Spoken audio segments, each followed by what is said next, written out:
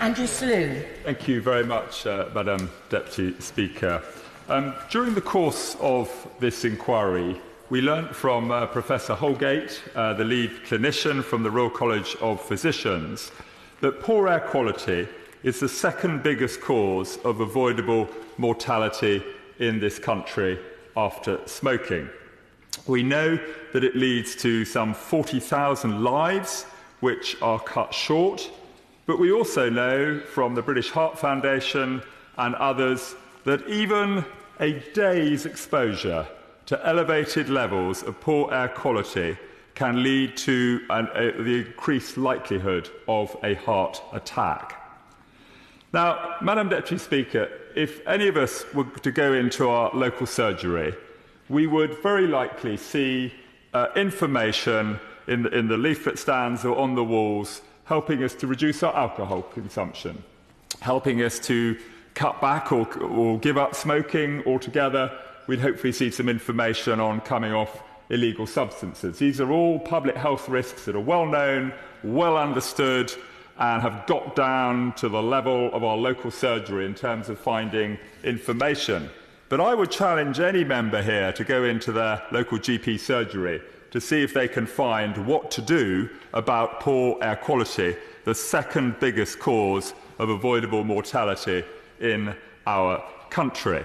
And we need to do more. We know that GPs are under pressure. There's an awful lot that they need to do. We need education in the medical schools.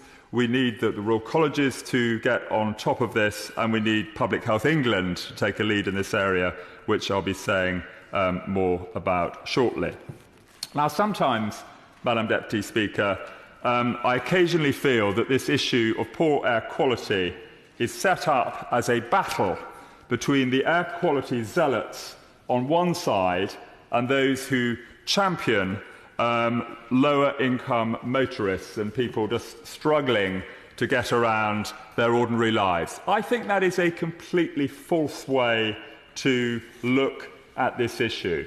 I'd like the House for a moment just to consider a woman maybe who has to drive a van for her living, probably a diesel van, often stuck in traffic. It's the only way she can earn her living to put bread on the table for the children, possibly living near to a busy road, and her children going to a school also near a busy road.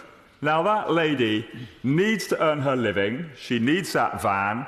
It's probably the only van that she can get hold of to do her work. But at the same time, her health is being damaged.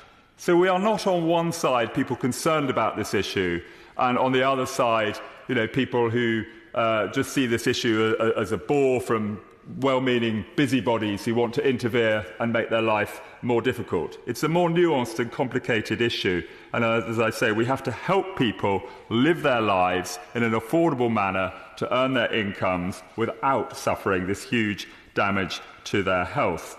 And in that regard, I would point to what the California Air Resources Board did with a targeted scheme to help people on lower incomes move to cleaner and less polluting vehicles. Now, if there's one thing that comes out of my speech today, Madam Deputy Speaker, and anyone who may be listening to it from outside, I'd like to get the fact over that I think it is almost unknown and unrecognised by the public that if you are in your car, you are up to 10 times worse off in terms of the damage being done to your health than you're outside on the street. This is the complete opposite to what most of our constituents believe. They believe if they're in their car with the air conditioning on, they're relatively protected from all those horrible fumes outside.